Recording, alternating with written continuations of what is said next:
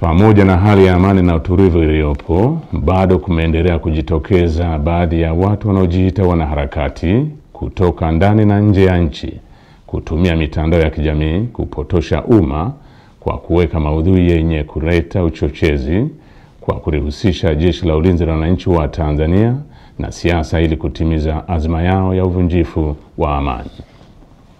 Jeshi la Ulinzi la Wananchi wa Tanzania linaomba umma wa Tanzania kupuuza machapisho au taarifa ambazo zimekuwa zikionekana kwenye mitandao ya kijamii.